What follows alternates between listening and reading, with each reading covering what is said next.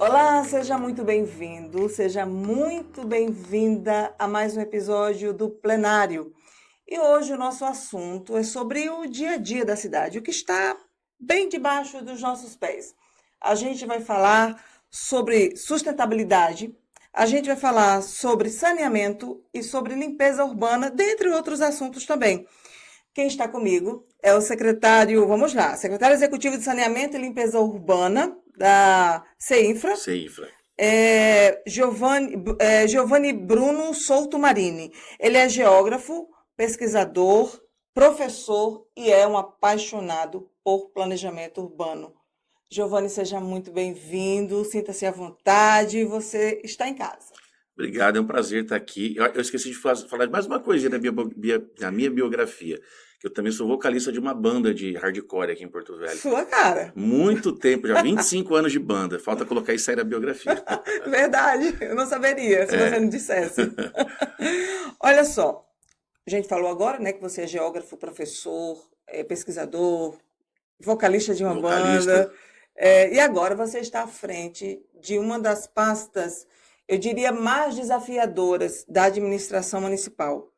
Como é que essa tua experiência como professor moldou de repente o teu olhar para a gestão dessa pasta? Legal. Então, eu acho que eu comento isso muito na secretaria e também com os meus alunos, né? E com os colegas professores. Professor, ele está pronto para qualquer missão. Porque a gente trabalha muito, né? Eu, como professor, cheguei a dar aula assim, de manhã, tarde e noite, em todos os horários. Então, o trabalho em si, para a gente, acaba sendo algo meio que comum, as horas de trabalho. Eu sempre trabalhei muito como professor. Então, eu na secretaria me sinto às vezes até privilegiado de ter um momento de atender alguém no gabinete, sabe? Conversar, enquanto eu estaria dando aula. E eu também tive uma sorte, né, assim, durante um período um pouco antes de eu de se tornar secretário para o Léo, que eu estava prestando uma consultoria para uma empresa de São Paulo para fazer a revisão do Código de Obras de Porto Velho. Então, eu tive um contato de 2 anos, praticamente aí, quase que diário, com a secretaria, na época, né, Secretaria Semur, aqui de Porto Velho, para discutir a parte do Código de Obras. Então, aquele dia a dia da gestão, eu já estava meio que observando, eu fazia parte de coordenação do projeto, mas foi, assim, enriquecedor, principalmente do ponto de vista de gestão, para a gente entender ferramentas de gestão que a gente aplicou naquele processo, para a gente utilizar na nossa secretaria. Por exemplo, matriz Gucci, que é gravidade, urgência e tendência. É uma matriz que a gente utiliza na parte de gestão para a gente, por exemplo, identificar que bueiro eu tenho que limpar hoje. Porque tem uma lista de, sei lá, 600 bueiros para limpar. Mas qual que é a prioridade? Qual que é o mais grave? Qual que é o mais urgente? Então, me ajudou muito esse tipo de ferramenta que a gente utiliza muito nessa parte de consultoria para organizar a secretaria, para a gente poder não fazer as coisas de maneira aleatória, para ter um planejamento de fato, porque senão a gente acaba ficando muito só na gestão, só gestão, e só com gestão a gente fica só apagando fogo. Vai para cá, vai para lá, vai para cá, vai para lá, e aí você perde eficiência. Então o planejamento tem que andar junto com a gestão. A gente planeja as ações, tem coisa urgente, vai ter coisa urgente, mas a gente consegue através desse planejamento ser mais eficiente para resolver. E dentro dessa perspectiva de ser uma secretaria que tem que lidar com muitas coisas ao mesmo tempo, é calçada, é limpeza urbana, é Uhum. saneamento, é desobstrução de boca de lobo, com tanta coisa por se fazer, o que é prioridade para você agora no momento? Então, a gente, na nossa secretaria executiva, tem realmente muitas frentes. Então, a gente tem, por exemplo, cemitérios, né, a parte de óbitos é da nossa secretaria. É um setor muito sensível, então os cemitérios têm que estar limpos o tempo todo. Né? A gente tem uma gestão que acompanha isso de forma muito participativa. Os mercados municipais, né, alguns vão passar por reforma, o quilômetro do 1, por exemplo, vai ser demolido agora no começo do ano, vai ser reconstruído um novo, 100%, um projeto lindo, feito pela SEMESC, Secretaria do Prata, equipe de arquitetos lá muito competente. Então a gente tem esses núcleos que têm prioridades dentro desses núcleos. Então, por exemplo, o diretor Cavalcante, que fica na parte de posturas, prioridade para eles, que a gente debate junto. Notificar terrenos vazios, baldios, que estão sujos, abandonados, é uma prioridade nossa. cemitério, cuidar dos cemitérios, gerir os mercados, é uma prioridade nossa, e a, a, a fiscalização dos ambulantes. Os eventos da prefeitura, os ambulantes se inscrevem na nossa secretaria. É através dela, por exemplo, que no Natal agora a gente vai ter os ambulantes, no Dia das Crianças, no aniversário de Porto Velho. Então são vários núcleos. No núcleo de saneamento, por exemplo, que é o meu diretor Marcelo, o doutor Marcelo Barroso, a gente discute muita inovação tecnológica. Por exemplo, agora estamos instalando mini estações de tratamento de água no Baixo Madeira, que conseguem atender de 50 a 100 famílias. Isso é uma coisa inédita, nunca tinha acontecido. A gente também tem lá a gestão de grandes contratos, como a coleta de lixo, né, a parte de água, que a gente também acompanha junto com a CAERD. Então a gente tem ali também a prioridade da parte mais burocrática, contratual, de fiscalização. E a gente tem o núcleo de limpeza urbana, que é o Gentil, que esse, vamos dizer assim, é o que mais aparece, né? E aí ali as prioridades são enormes, né? Desobstrução de boca de lobo é topo de linha para a gente, né? Topo de linha, a gente está o tempo inteiro em cima disso. Essa semana a gente vai atingir uma marca inédita. Eu quero fazer um bolo e fazer uma festa na secretaria. 1.000 bocas de lobo desobstruídas em 10 meses. No ano passado inteiro, coisa, né? Só para você ter um comparativo, no ano passado inteiro foram mais ou menos 320 bocas de lobo. Nossa. Então a gente nem acabou o ano e a gente atingiu esse número de 1.000 bocas de lobo. A gente está atingindo agora também, provavelmente semana que vem, 100.000 toneladas de material retirado das ruas de Porto Velho. 100.000 toneladas. Para onde vai esse material? Aterro, né? Que é entulho, essa parte. Então são 100.000 toneladas. É muita coisa. Encheria um bocado de container. É muita coisa. Então, assim, tem muita coisa prioritária, né? Então a gente eu faço aquele papel do gestor que também tem que delegar muitas responsabilidades. Não dá para você querer ficar em cima de tudo o tempo inteiro, porque você não consegue gerir nada. Então, Gentil toca uma parte, Cavalcante outra, Marcelo outra, e eu vou gerenciando, né, para que a gente possa ter uma consonância. Eu imagino que haja uma cobrança muito grande sobre sua pasta e consequentemente, sobre você, porque uma das promessas de campanha do prefeito Léo Moraes foi a questão dos alagamentos, né? E como é que está o gerenciamento desses alagamentos? Na sua visão, o que melhorou? Então, a gente tem mapeado, né, as áreas de Porto Velho que tem problemas. A gente teve uma chuva muito forte semana passada, violenta ali na região do central, foi muito forte. Né, para vocês terem uma ideia, o Jorge Teixeira transbordou o canal. Então, assim, eu sempre tento explicar para o pessoal o seguinte: as chuvas que nós temos aqui, que são chuvas convectivas, chuvas que passam de 70 milímetros, não existe nenhum sistema de drenagem do mundo que vai fazer essa água sumir rapidamente. Né? Não existe, porque é uma chuva muito violenta. Qual que é o nosso objetivo?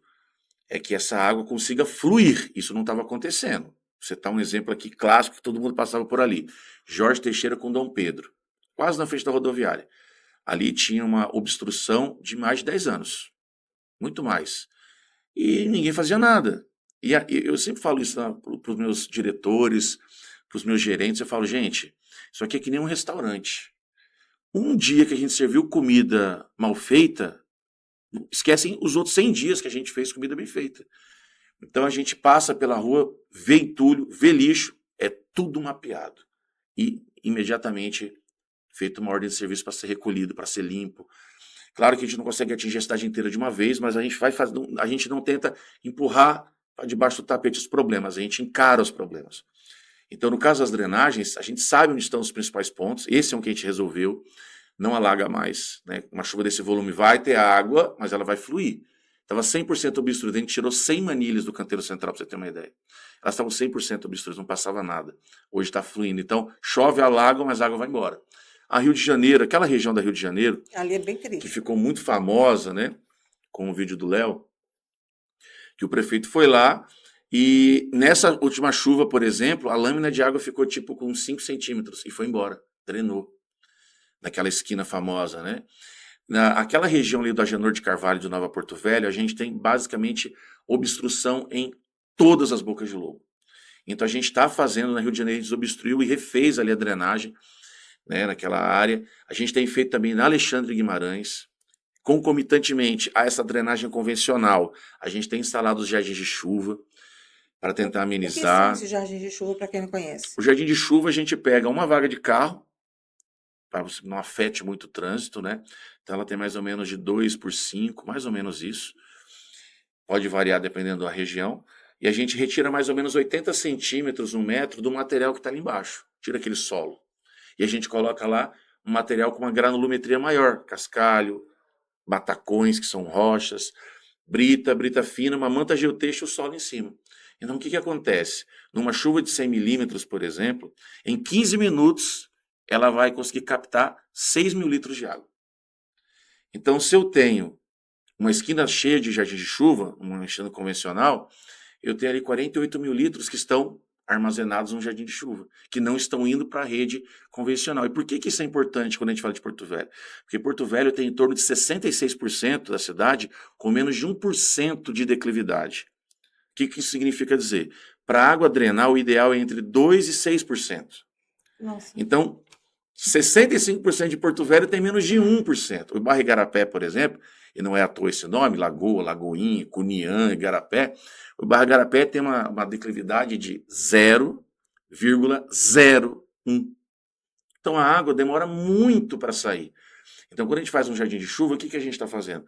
Eu estou captando a água onde ela está precipitando. Esse é um princípio dos mais importantes para a drenagem urbana. É você reter a água da chuva onde ela precipitou. Caiu no teu telhado, tem que ir para uma calha e para uma cisterna. Caiu numa calçada, a calçada tem que ter alguma coisa que drene.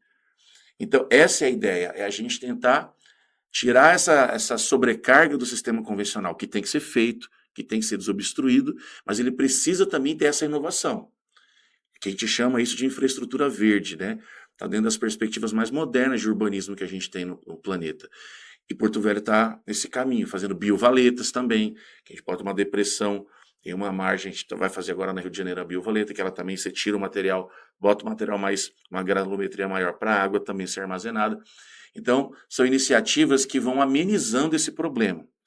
Não tem como a gente falar que em 10 meses o problema vai ser resolvido, todo mundo sabe disso, né? O prefeito sabe disso, ele nunca falou que ia resolver em 10 meses a inundação de Porto Velho, mas as situações que a gente estava no ano passado para esse ano é absurdo, assim, o quanto tá funcionando a drenagem. No entorno do skate park, por exemplo, né, alagava 50 centímetros na parte de trás do parque. Acabou. Né? Na frente do parque, também formava uma lâmina de água, não tem mais. Então, a gente tem algumas áreas que já estão funcionando do jeito que tem que funcionar. Estamos substituindo, claro que a gente tem um recurso que não é infinito, então a gente faz esse planejamento das ações de acordo com o tamanho das nossas pernas, né? Então a gente sabe que tem lugares que são emblemáticos, né? Rua México com Pinheiro Machado. A gente já desobstruiu ali 2 vezes esse ano, continua alagando. Então a gente vai fazer uma intervenção como a do Rio de Janeiro, nos dando tubulações, identificando o que a gente pode melhorar, mas a gente precisa desse tempo para respirar. Né? Vocês também estão trabalhando com orçamento Do ano definido passado. no ano passado, né? Então, para o próximo ano, eu acredito que você já tendo essa vivência dentro da secretaria e presenciado o que precisa ser mudado, em que locais, Com certeza. já que você me disse que bate perna aí por tudo quanto é canto de Porto Sim. Velho, então você conhece bem a realidade, né? Conheço bastante. Então você já sabe para onde você vai destinar Exatamente. projeto X ou Y. Com certeza. Agora, recentemente, né, o prefeito conseguiu captar 200 milhões do PAC. Né? Porto Velho está entre as 3 cidades do Brasil que mais conseguiram apresentar projetos. Isso mostra o comprometimento da gente, né, da gestão toda, do Prata, das equipes técnicas que elaboraram os projetos, do prefeito, para que a gente possa captar esse recurso para poder melhorar isso de maneira mais rápida possível. Eu acredito, eu sou muito confiante nesse processo. Assim. Eu olho para ele e falo, cara, a gente está resolvendo. Então eu acredito muito que a gente vai resolver muitos problemas em 4 anos aqui em Porto Velho, relacionados às inundações, em várias áreas da cidade. Algumas um pouco mais graves, que vão demandar mais tempo, mas essas outras que a gente consegue resolver com mais facilidade, que faltava só a famosa vontade de fazer, né? A frente da antiga Uniron, ali na Mamoré, por exemplo, ficava uma poça de água, eu dei aula há muito tempo lá, e aí eu conversando com um funcionário, ele falou assim, é simples aqui, meu secretário, não está conectada a nada essa rede. Eu falei, como assim? Não está conectado, falta aqui umas 7 manzas. Eu falei assim, então pode rasgar o asfalto agora aqui. Naquela mesma hora. Não sei se o prefeito ficou feliz ou não, que a gente vai fazendo. Ele até falou isso para mim um dia, rapaz, tu manda fazer as coisas e vai fazendo. Eu falei, porque era rápido, foi uma abertura e um anilhamento que demorou uma manhã. Já estava pronto, já E estava. resolveu uma questão E de uma década. resolveu uma questão de uma década. Eu lembro do diretor da faculdade falando para mim: o que eu tenho que fazer aqui? Eu falei: calma, vamos ver o que a gente pode fazer. Mas não conhecia a rede de drenagem dali. Que você tem gente lá na secretaria, eu fiz 42 anos agora em agosto, e um funcionário falou assim para mim: eu tenho 42 anos de CEMUSB. Nossa. Eu falei: cara, que legal. Então imagina o conhecimento que tem Exato. acumulado da drenagem de Porto Agrega, Velho. né? Demais.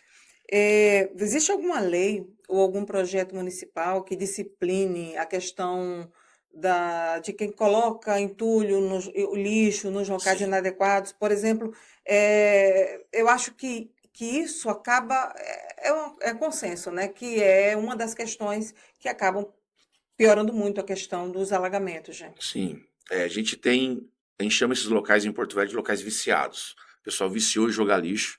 A gente tem atuado duramente nessas áreas, com fiscalização, com educação ambiental e com a limpeza, né? Nós temos o Código de Posturas, que foi agora, recentemente, feita uma pequena alteração no valor das multas. A multa máxima para quem jogasse lixo em Porto Velho era de R$ 3.000, que não é uma montanha de dinheiro, não é pouco, mas não tinha aquele fator psicológico. Ela passou para 33 mil agora. Nossa Senhora. Para terrenos baldios que estavam abandonados, a multa chegava no máximo a 5 mil, agora ela chega a 52 mil. Então, é aquele efeito mesmo de, a gente não quer multar, a gente quer que você não faça o errado. Então, o nosso código prevê essas multas, as notificações. A gente também avançou muito em notificação. Hoje a gente tem mais ou menos aí em torno de 700 terrenos notificados em Porto Velho em 10 meses. As equipes vão acompanhando o programa Cidade Limpa para os bairros e vão identificando e notificando as pessoas para cuidar dos terrenos. Quando a gente tem lixo ou matagal, você pode ter proliferação de doenças, você pode ter material que vai para a boca de lobo e vai entupir, né? Além dessa questão estética. Nós que somos porto-velhenses, a gente sabe como que é Porto Velho. Então eu olho para Porto Velho hoje e falo, cara, tá ficando legal. Né, tá ficando diferente. Até brinco lá assim, Porto Velho tá diferente. Porque a gente está andando pelos lugares, está vendo a cidade mais limpa e a gente está percebendo um movimento muito legal, que é a população denunciando nas redes sociais. Antes de ontem, por exemplo, tinha uma Kombi jogando lixo em uma área, uma página publicou, a gente identificou a placa, identificamos o veículo, entramos em contato com as pessoas, elas foram lá, tiveram um prazo de 1 hora para limpar, senão a multa era de 33 mil. E foram? E foram na mesma hora. E outros lugares também, né? Ali no 4 de janeiro, do lado do Colégio 4 de janeiro, na Ponian, a gente tinha limpado uma app, linda, linda, linda. Até os vizinhos falaram, cara, eu não sabia que era tão bonita do lado da minha casa. E um cara jogou 18 carcaças de máquina de lavar. Nossa. Ficou uma coisa assim, os vizinhos fotografaram. Câmeras de segurança. Ajudem, a gente quer a nossa cidade limpa e tal. E a gente encontrou o cara, ele retirou todo o material. E aí uma coisa mais legal que é a gente, em parceria com a SEMA, Secretaria de Meio Ambiente, a gente replantou algumas árvores. E a própria população agora cuida. Eu passei lá ontem. Não tem nenhum lixo, nada. Super cuidado. A ouvidoria funciona bem para esse tipo de denúncia ou vocês têm mais acesso às denúncias via rede social? A nossa ouvidoria, ela tem um chatbot, né, que ela dá o feedback. A Secretaria de Tecnologia desenvolveu ele mais ou menos ali em maio. Então ele dá a resposta, dá o protocolo e já encaminha para o setor competente. Se é recolhimento, se é limpeza, se é desobstrução, se é terreno vazio ou qualquer outra denúncia que esteja dentro da nossa pasta. Então ele é feito de maneira automática para a gente poder ter acesso. Mas as redes sociais são de longe a maior quantidade de informação que chega de denúncia para a gente. Pela página do prefeito, pela página da prefeitura, pela página da secretaria e pela minha página pessoal também. A gente falou até agora de sanções. Existe algum trabalho de vocês voltado à educação ambiental? Tem. A gente não tem um setor na nossa secretaria de educação ambiental. Então, o que eu fiz? Eu tenho uma gari nossa que ela é minha ex-aluna de arquitetura, ela é arquiteta. E aí eu falei para ela, Leila, você é uma pessoa super competente, vamos criar um núcleo de educação ambiental aqui que você vai coordenar? E ela falou, vamos, e aí ela começou a desenvolver esse projeto, desenvolver esse processo, e eles começaram a visitar as escolas. Eu gosto de ir em escolas, ontem eu estava na Escola Brasília conversando com os alunos lá, eu gosto de visitar as escolas porque o aluno, ele é um multiplicador muito forte dessas ideias. Né? Então a gente vai, visita, conversa, isso vai chegando nos pais. Né? E a gente também, eu parto do princípio daquela teoria da janela quebrada, que se eu não limpo... Gosto muito dessa teoria. Eu adoro essa teoria. Se eu não limpo, o cara fala, não está cuidando da cidade. Então, também não estou preocupado com isso. E a gente tem percebido que as pessoas estão percebendo que a cidade está mais limpa e estão cuidando da cidade. Né? Às vezes eu estou andando na rua e eu vejo alguém limpando uma calçada, eu paro o carro e falo, para. Olha, parabéns, você está ajudando Porto Velho. É uma atitude simples, né? A minha mãe mesmo, ela limpa a calçada da casa todo dia. Todo dia. Então, é um pacto social que a gente tem que ter. Essa pactuação da gente cuidar de Porto Velho. Eu não quero que você saia limpando a rua, não é isso, mas a sua calçada é uma coisa que é uma gestão compartilhada. É que nem o cemitério. Eu limpo as ruas do cemitério, mas o túmulo é teu. Você tem que cuidar do túmulo do seu familiar, né? Zelar por ele, olhar se está faltando alguma coisa, não sou eu. Eu estou ali cuidando da segurança, estou cuidando da limpeza, estou gerindo o espaço, mas eu preciso que tenha essa gestão compartilhada desse espaço. E isso tem acontecido, né? Bastante. E já que a gente está falando de limpeza, vamos falar do limpômetro. O limpômetro é um aplicativo que vai permitir em breve que o cidadão acompanhe em tempo real onde a sua rua está sendo limpa, que rua está sendo limpa, que boca de lobo foi desobstruída, não é isso? Exatamente. O limpômetro foi uma ferramenta desenvolvida pelo secretário César Marini, é meu primo, cara super competente, secretário da SMTI, e ele criou um programa que vai dar pra gente, porque o Léo, ele quer muito que a gente esteja inserido em uma coisa que muitas cidades já estão, que é o conceito de cidade inteligente, Smart City, né, que você possa acessar as coisas rápidas, consiga ter mais eficiência nesse processo. E o limpômetro, ele vai permitir, ele já está em finalização para ser divulgado para a população toda, a população poder acessar ele, nós já estamos acessando ele. Você pode acessar, por exemplo, os dados gerais, o que foi feito, bocas, limpeza, quantos quilômetros de rua foi limpo, quantos canais foram, tudo, mas você pode também pormenorizar esse dado. Então eu posso, por exemplo, falar assim, São João Bosco, foi varrido quando? Essa rua, tem lá. Foi desobstruído uma boca de lobo? Não foi? Então isso vai dar pra gente, enquanto gestão, uma informação que não existe hoje, que é, qual é o bairro mais sujo de Porto Velho? Onde eu tive que voltar mais vezes? Que boca de lobo eu limpei mais vezes? Porque aí eu consigo fazer o que a gente chama de acupuntura urbana. Eu chego lá e falo assim, aqui é um problema, aqui é uma área nevrálgica, a gente tem que ir lá resolver isso. Ou esse bairro, e aí imagina se eu divulgo que seu bairro é o bairro mais sujo de Porto Velho. Que informação triste para quem mora no bairro. Isso vai funcionar como um efeito rebote das pessoas falarem, eu quero que meu bairro seja mais limpo.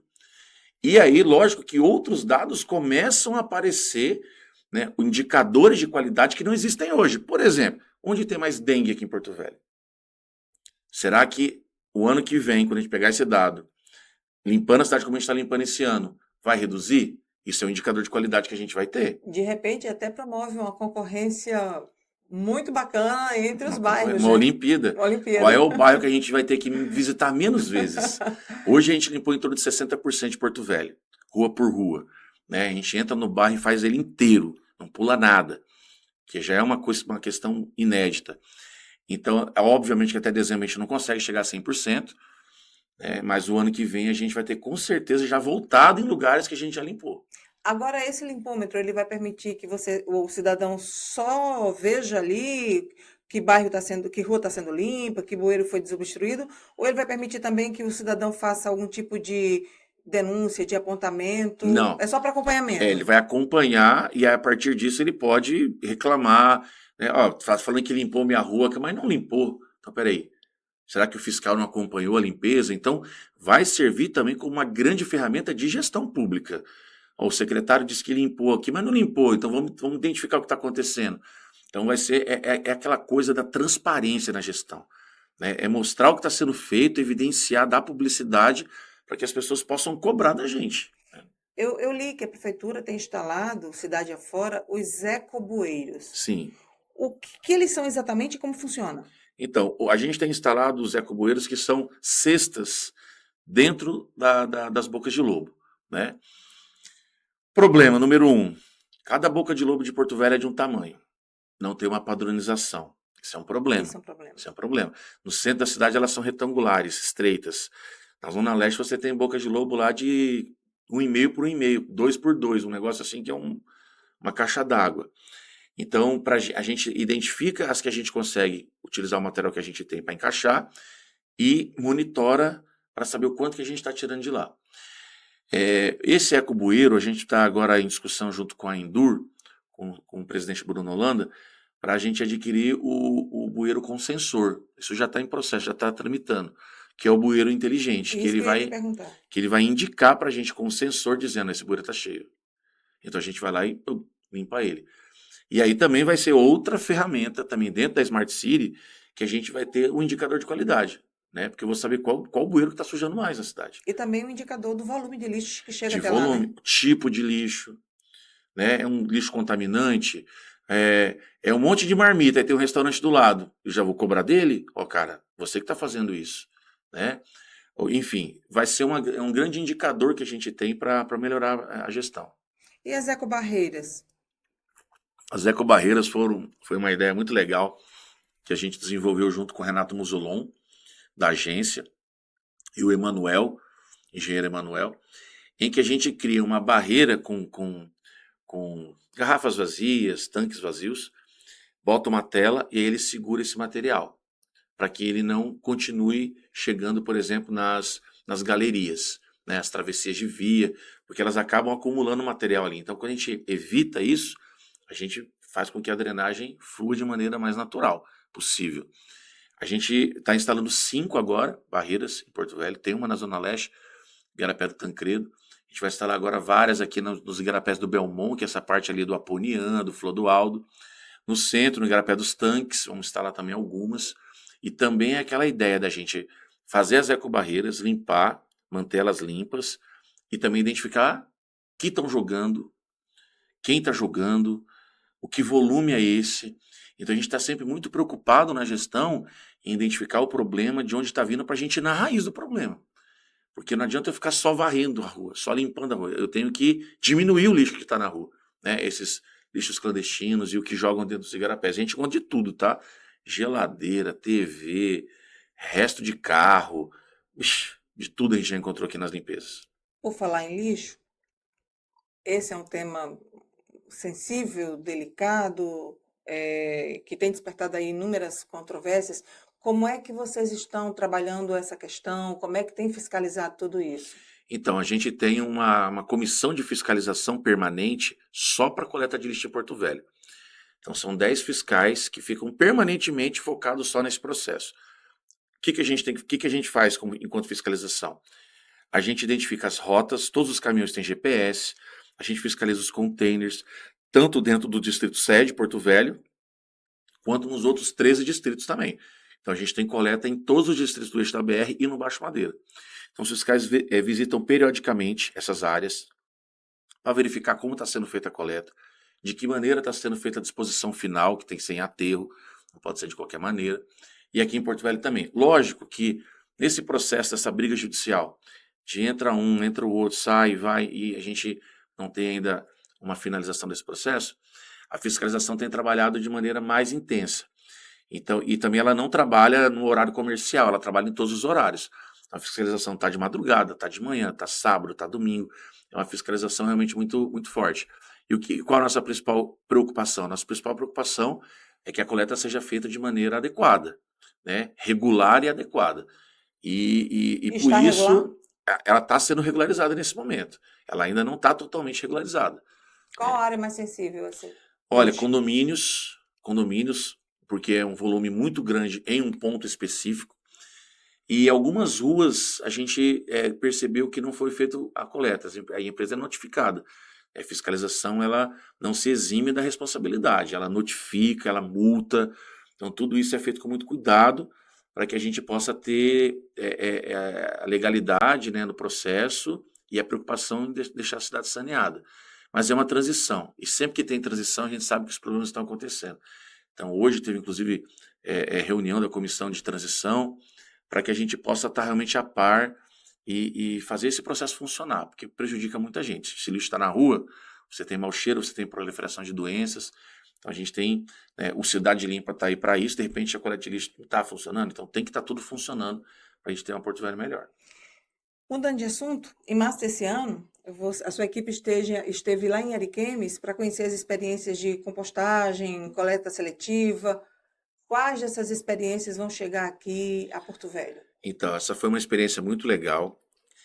E aí, assim, tem uma cronologia, né? Na secretaria, a gente tinha um triturador gigante de árvores.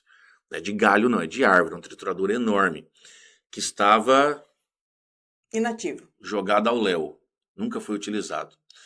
E aí aí foi uma ação junta minha, do Renato Musolon, que está hoje na agência, e do Rodrigo, secretário da Semagric. A gente precisa ir atrás disso. Por quê? Porque a gente tinha feito essa visita em Ariquemes e lá eles fazem a compostagem de material do parque, de folhas, de alguma resíduo de poda. Então eles estavam fazendo isso. Um podador pequenininho, sabe? E eu falei, cara, não é possível que uma cidade com um orçamento tão diferente do nosso, muito menor que o nosso, já esteja fazendo isso e a gente não esteja fazendo isso. Isso é inadmissível. Então a gente resgatou esse triturador, foi para a manutenção, voltou a funcionar e hoje Porto Velho é a segunda capital do Brasil a fazer a compostagem de 100% da poda. Então hoje a gente tritura todo esse material. Acho que antes de ontem teve uma chuva que eu 7 árvores de Porto Velho. Todas foram cortadas, retiradas, estão sendo trituradas, né? E aí essa ação é uma ação compartilhada, né? Isso é muito legal da gestão do Léo também, que os secretários não são ilhas, sabe? É tudo muito integrado. Então a gente tritura o que a SEMA corta, o que a SEMA poda, e o Rodrigo da Semagric faz a compostagem e distribui para os agricultores da agricultura familiar. Era justamente isso que eu ia te perguntar, o destino dessa O compostagem. destino é a agricultura familiar. Claro que quem quiser ir buscar essa compostagem, ela vai estar disponível. Ela ainda não está disponível porque ainda não deu tempo da compostagem. A gente começou a fazer isso agora, né? Que o triturador voltou, a gente fez uma ação muito legal na Avenida Imigrantes de Poda. Foi assim uma ação de guerra, assim, várias caçambas, o triturador, os podadores, e a gente foi fazendo aquela poda para manter o espaço aberto. E é muito legal, porque só para você ter uma ideia, a gente economiza por ano 2 milhões de reais triturando esse material, porque ele ia para o aterro. E o pior não, o melhor é que é uma ação em cadeia, como você acabou de dizer, né? Que vai ter o destino final. O destino final é o que a gente sonha com a sustentabilidade, Exato, que as era coisas sobre voltarem para a sua origem. Uma compostagem que vai para um aterro, você vai pagar por ela, ela vai apodrecer lá e não vai gerar nada, vai gerar metano para a atmosfera, vai aquecer o planeta. Agora não. A gente tritura, faz adubo, ajuda a agricultura familiar, volta a produzir alimento. Então esse é o caminho que a gente tem buscado na secretaria. Você tem um discurso muito alinhado à ideia de planejar para transformar, Isso. né? E como esse planejamento urbano ele pode mudar a relação da população com a cidade? Esse é um processo mais complexo, porque exige aquela sensação de pertencimento, o sentimento de pertencimento. Porto Velho é uma cidade cosmopolita, tem gente aqui de todos os lugares, né, até de fora do Brasil. Então é uma cidade muito diversa e que viveu de muitos ciclos. E esses ciclos econômicos, quando eles geram crescimento econômico, mas não geram desenvolvimento econômico, acaba o dinheiro. E as pessoas vão embora. Então, nesses ciclos, as pessoas acabavam olhando Porto Velho como um momento para ganhar dinheiro e não como como seu lar. É diferente, por exemplo, quando você vai para cidades do interior de Rondônia.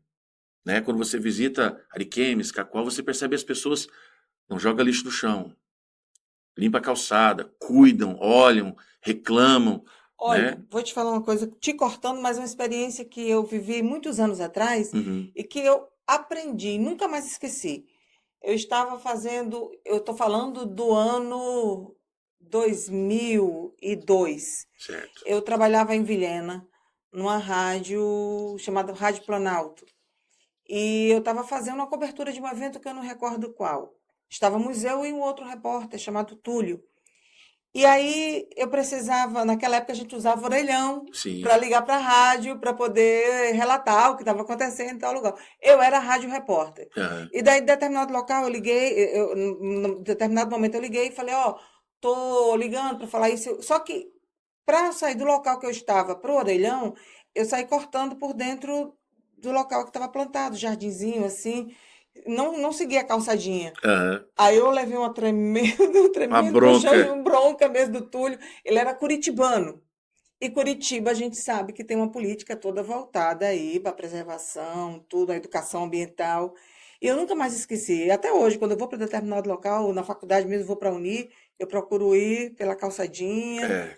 para Mas não. você percebe que, assim, Curitiba é sempre muito citada na limpeza, aí Copenhague é sempre citada nas ciclovias. Mas quando fizeram as ciclovias em Copenhague, ninguém quis usar, foi super criticado. Então, é um processo de construção que vai Isso. amadurecendo. Você vai lá em Maringá, em Londrina, cheio de árvores, o Moarama, cidade jardim. Ah, aqui em Porto Velho as pessoas cortam a árvore. Ah, porque suja foi. Então, é um processo de construção.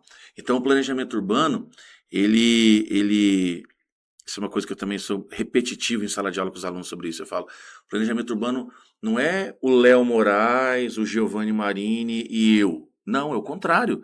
Planejamento urbano é a gente escolhendo uma árvore adequada, por exemplo, para plantar na minha calçada, fazendo uma calçada acessível, seguindo regras. É aquela ideia da autonomia mesmo. A autonomia é tomar uma decisão sem prejudicar o outro, né? Eu sei, desculpa te interromper, eu sei que não é tua pasta, mas, por exemplo, você falou uma coisa interessante, essa questão de árvores adequadas para não Sim. rachar a calçada, a estrutura e tal, né? Hoje, se a população quiser fazer um plantio de uma árvore adequada, tem algum local onde ela Tem possa. sim. A SEMA tem uma cartilha de arborização, né? É, a nossa lei municipal de calçadas também já indica, e a SEMA tem um viveiro, né, com espécies nativas, o que é muito importante, inclusive, valorizar a Amazônia Ocidental. Não é possível a gente que tem aqui uma floresta que tem 1.000 espécies por hectare diferente e você querer pegar uma árvore que é do Sudeste. Então você tem esse processo de valorização, né, das árvores nativas. A gente é, precisa, nesse processo, desse tempo de maturação da população, dela ir entendendo onde ela pode pegar a árvore, onde ela pode plantar, que é na faixa de serviço, não é na faixa livre, é, que tamanho de árvore pode ser, né? Na rua da minha casa, por exemplo, a fiação está do lado da minha casa. No outro lado, não tem fiação elétrica e não tem nenhuma árvore. Caramba. E aí eu falo, gente, todo mundo quer a minha sombra aqui do meu jambeiro, né? Que é um jambeiro já grandão. Mas ninguém quer plantar árvore, ninguém quer fazer isso acontecer, né? Então é um processo que ele vai maturando, a gente vai evoluindo. Curitiba também nunca, ela nem sempre foi limpa, né? Eu morei muito tempo no Paraná, eu lembro disso. Curitiba tinha lugares que eram sujos, né? O Boqueirão, por exemplo, eu lembro disso.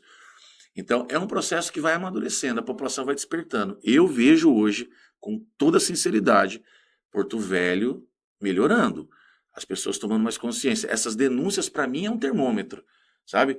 No começo do ano não tinha quase nada, ninguém falava. Hoje em dia, o tempo inteiro, ó, jogaram lixo ali, jogaram lixo aqui. Aí você vai na rede social, quando alguém mostra alguma coisa, fala, tá, mas também a população não está ajudando, a população. Então você percebe que o porto-velhense está mudando, está ficando diferente.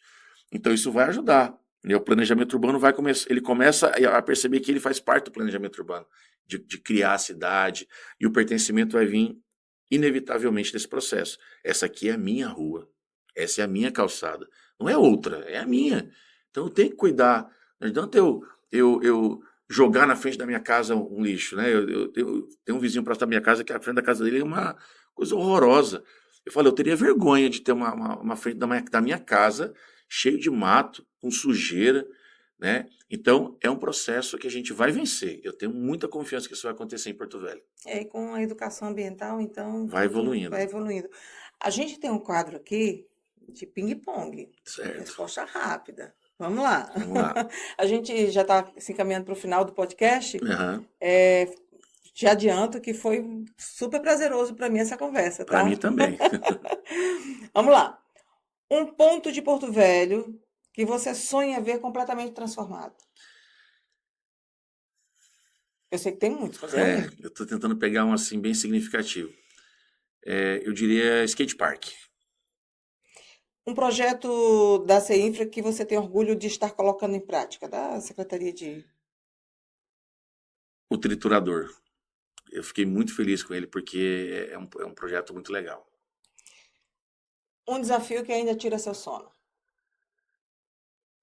Que ainda tira meu Sono. sono. Às vezes eu estou andando por Porto Velho e eu olho no mapa onde eu estou e falo, meu Deus, isso tudo tem que ser limpo por mim.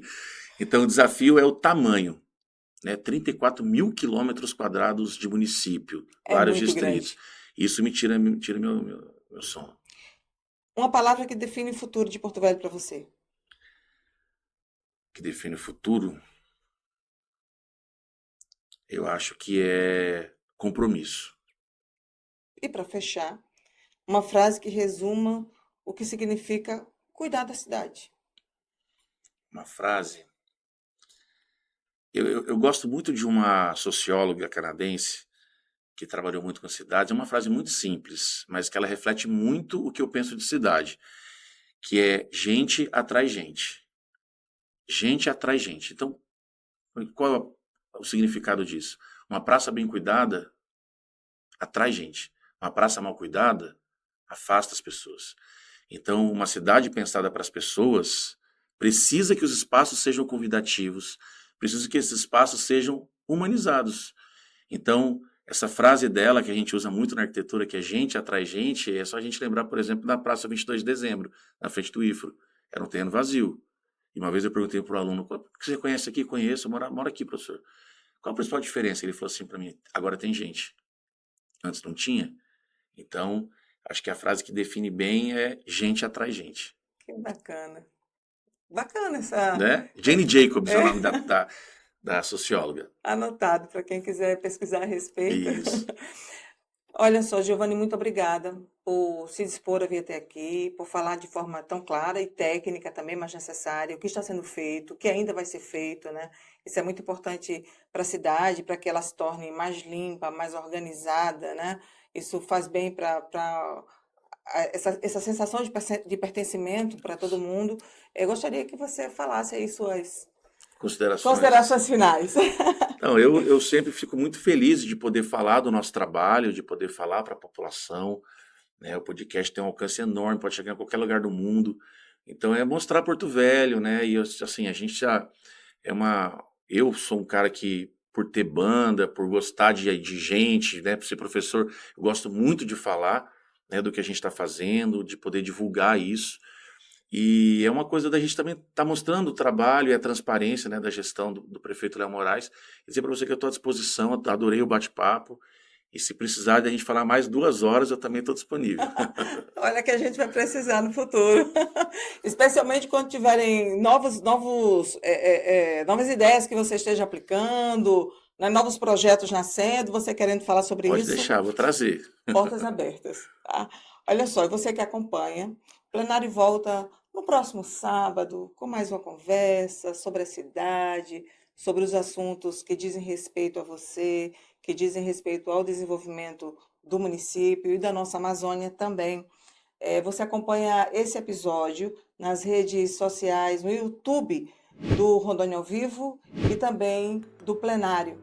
Até o próximo sábado.